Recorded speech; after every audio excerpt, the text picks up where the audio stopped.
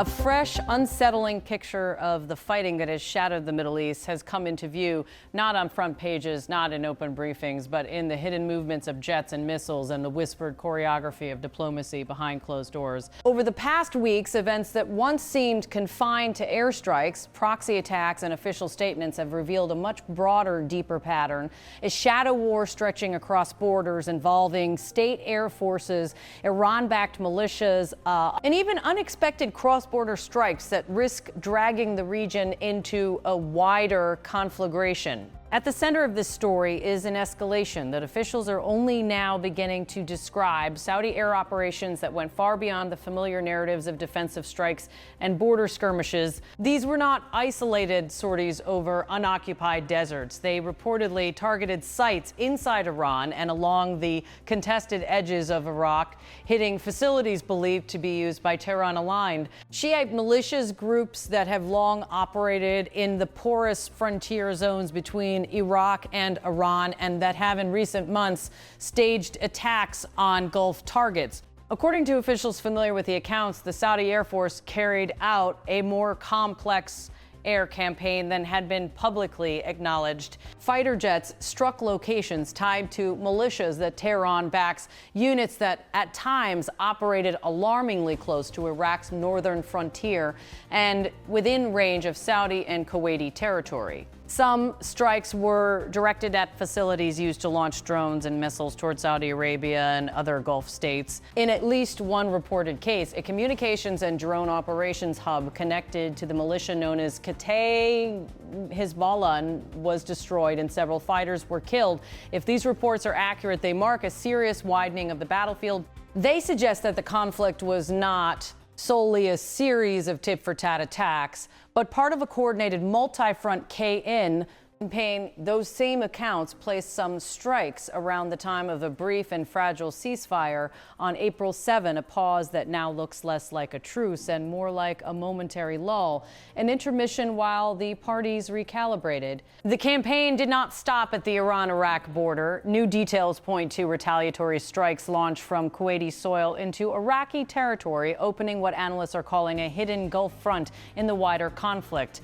Rockets were reportedly fired from Kuwaiti territory into Iraq on at least 2 occasions. These actions, whether sanctioned or carried out by local actors, underscore how easily a regional crisis can cross international boundaries and how fragile the buffer between contained violence and a broader war can be. Throughout the same period, militia channels claimed repeated attacks on Saudi and Kuwaiti targets, while Gulf states publicly voiced growing frustration with Baghdad for not doing enough to rein in Iran-backed armed groups. The public sages and private military moves tell 2 versions of the same story. On the surface, diplomacy and calls for calm.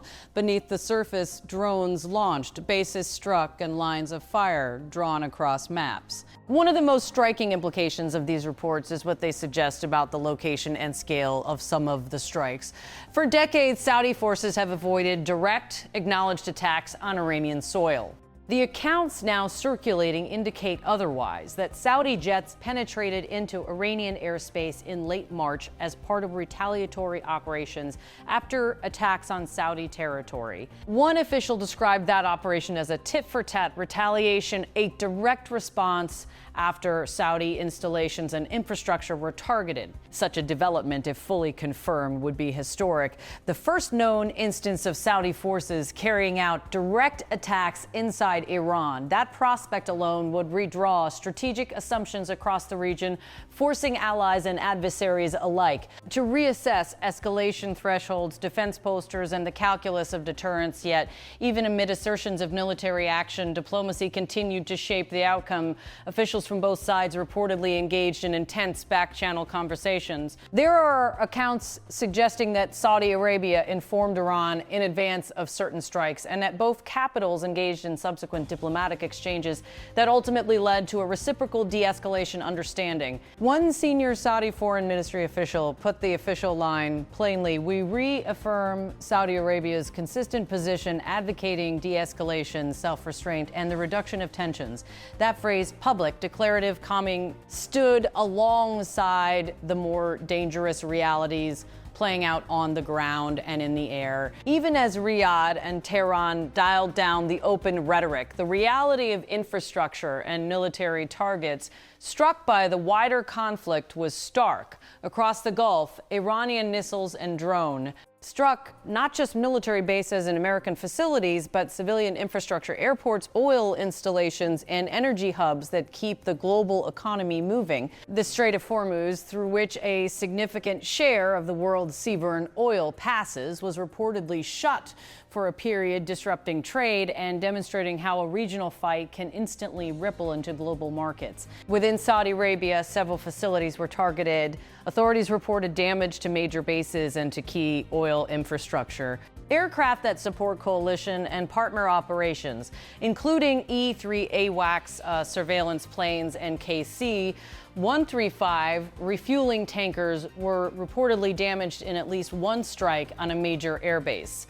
Dozens of American troops were injured in those engagements. Drone debris knocked out parts of a massive refinery at Ras Tanura, an operation whose interruption sent tremors into global supply chains and energy markets. Drones even came near diplomatic compounds. One reportedly crashed near the U.S. Embassy complex in Riyadh, causing fire damage. The sequence of attacks and counterattacks highlights one of the most troubling features of modern conflict: the ease with which proxy groups and state actors can obscure origin, intention, and responsibility. When missiles fly from unknown coordinates and drones are launched from territories where accountability is thin, it becomes nearly impossible to respond in a way that limits escalation rather than accelerates it. Against that backdrop, the longer arc of relations between Tehran and Riyadh matters. For decades, the two regional powers have backed opposing sides in conflicts from Syria to Yemen to Lebanon, representing a broader Sunni-Shia strategic rivalry. But in 2023, a diplomatic reset brokered by a third party helped the two capitals restore formal ties. That deal introduced a new variable: a pathway for managed confrontation and for diplomatic backstops that could at times prevent the worst outcomes. Till the presence of deeply entrenched militias complicates any neat state-to-state arrangement. Many armed groups in Iraq and Syria operate with the tacit blessing of Tehran while maintaining autonomy on the ground. Their actions often reflect local dynamics, revenge cycles, or operational decisions made without full coordination with their state patrons. That diffusion of control makes conflict management fiendishly difficult. Even when two capitals agree to step back from a direct clash, proxies can continue to strike, sometimes with devastating consequences. There are strategic calculations here that merit attention. For Saudi Arabia, the willingness to consider and, in reported cases, to execute direct strikes against militia, infrastructure, and reportedly into Iranian territory reflects a new posture of active deterrence. It signals to Tehran and to armed groups that attacks on Saudi soil will carry costs, even if those costs are delivered covertly. For Kuwait, involvement in retaliatory strikes, whether through state actors or surrogates, illustrates the pressure Gulf monarchies feel when their security is threatened and their domestic perceptions demand action. For the United States and other outside powers, these developments present a dilemma. Washington has long been a security partner to Saudi Arabia, bolstering its defense capabilities and sharing intelligence. The emerging narrative of clandestine operations carried out by a U.S. partner raises questions about the limits of partnership. How far will allies go to shield covert action, and what consequences follow when such actions escalate? For Israel, whose regional posture includes hardening against Iranian influence, the unfolding pattern of strikes and proxy attacks reinforces the reality that the confrontation with Iran is not a bilateral issue, but a tangled, multi-actor conflict. Beyond the military calculus, there are humanitarian and economic consequences. Civilian populations in ripe regions in southern Iraq and parts of Iran near the frontier and in Gulf states bear the brunt of instability. Disrupted infrastructure, damaged refineries, and the specter of new rounds of strikes can quickly translate into higher prices, constrained supply chains, and displacement. Global markets watch the Strait of Hormuz closely. Any perception that it might be closed again will reverberate well beyond the region. If there is a lesson in these developments, it is that modern warfare in the Middle East increasingly plays out in the shadows through deniable strikes, proxy networks, and diplomatic channels that can de-escalate in public while action intensifies in private. The danger lies in that very opacity. Without transparent accountability and clear lines of responsibility, miscalculation becomes more likely. One side may believe it is responding in self-defense. Another may read it as an act of war. The margin for error narrows with every clandestine sortie and every miss.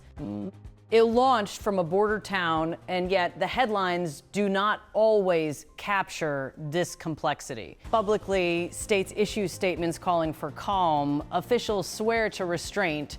Privately, warplanes fly, militias arm, and lines of communication hum with urgent messages.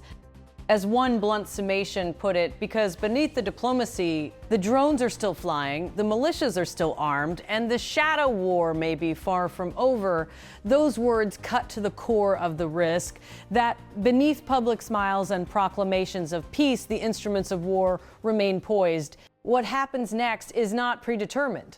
There are paths toward containment, renewed, credible diplomatic engagement, stronger pressure on state patrons to control proxies, international mechanisms to monitor and report cross-border activity, and clear channels for de-escalation. There is also the grim possibility that a misinterpreted strike, a sudden accidental collision, or a politically fraught domestic reaction could cascade into a much wider conflict. For now, the ceasefires that have been announced must not be read as permanent guarantees. They are fragile agreements that require constant attention and, crucially, enforcement. The parties that have influence over armed groups, Tehran, Baghdad, Riyadh, all bear responsibility for ensuring that those groups do not become the trigger for a new phase of violence. Equally, neighboring states and international partners must remain engaged not only to broker quiet understandings, but to create more transparent mechanisms for accountability. But geopolitically, the conflict has reinforced a central truth. The Middle East remains a mosaic of overlapping rivalries, alliances, and local grievances. External actors from the United States to China have roles to play. The 2023 diplomatic rapprochement brokered by a third party showed that even bitter rivals can be nudged toward negotiation. That same diplomatic possibility must be revived and scaled if the region is to avoid a deeper war. As this story unfolds, the world will watch the surest early indicators, whether cross-border strikes cease, whether rocket and drone launches decline, and whether diplomatic channels maintain an open line between capitals. But even if those indicators show temporary progress, the broader lesson is clear. A shadow war can be as dangerous as an open one. When violence is hidden, when acknowledgements are muted and accounts are disputed, the risk of miscalculation grows. In the months ahead, policymakers, analysts, and citizens will need to take seriously the notion that the conflict's contours were broader than many believed. They will need to press for transparency where possible, for restraint where necessary, and for diplomatic avenues that reduce the chance that a shadowed exchange becomes an open, destructive war. The people of the region and the stability of global markets and maritime trade routes depend on it. The story is not simply one of missiles and bases. It is a story of how modern conflicts can be orchestrated in the quiet spaces between public statements, by jets that leave little trace, by militias whose actions are coordinated through networks that evade simple attribution, and by states that balance public diplomacy with private pressure. If there is a final sobering insight, it is this: peace that exists only in press releases is precarious.